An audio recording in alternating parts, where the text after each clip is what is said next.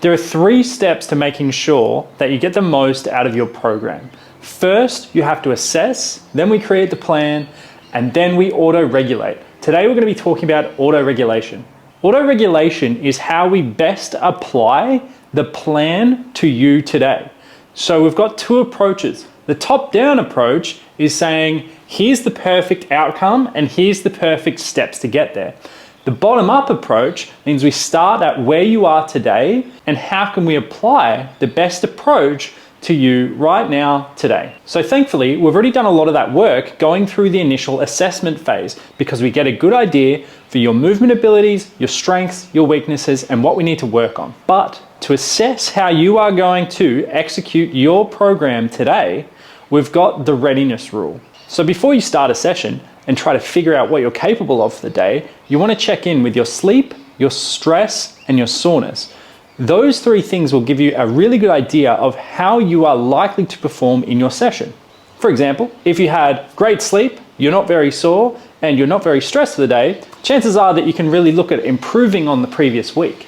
Whereas if you were really stressed today, you didn't sleep well last night, and your body's already quite sore, you might not have as good of a session, and so maybe you try and just match where you were at last week rather than having the expectation that you have to progress this week. And if you're really not feeling it, you can even look to underdo what you did the previous week, but at least you've got a reference point because you might have had a really good late week last week, really poor week this week, and even that might be asking too much.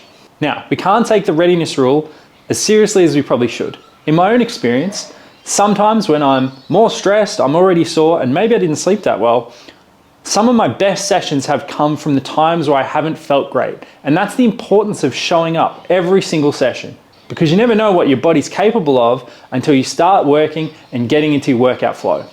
So just remember, we have a plan, doesn't mean you need to execute it. We need to adapt as much of that plan as to what we can do today. Assess yourself using sleep, stress, and soreness. Give it a ranking out of 5, and then put them together, and that gives you an overall score. Maybe you're at a 4 today. Over time, you can expect your performance to improve. The more 5s you have, the better your training is going to be over time. But if you're a 1 every single session, it's still worth showing up, but it means that you just can't expect to be progressing just as fast. And that's just going to change with how much you prioritize your training versus the other factors and responsibilities that we have in life.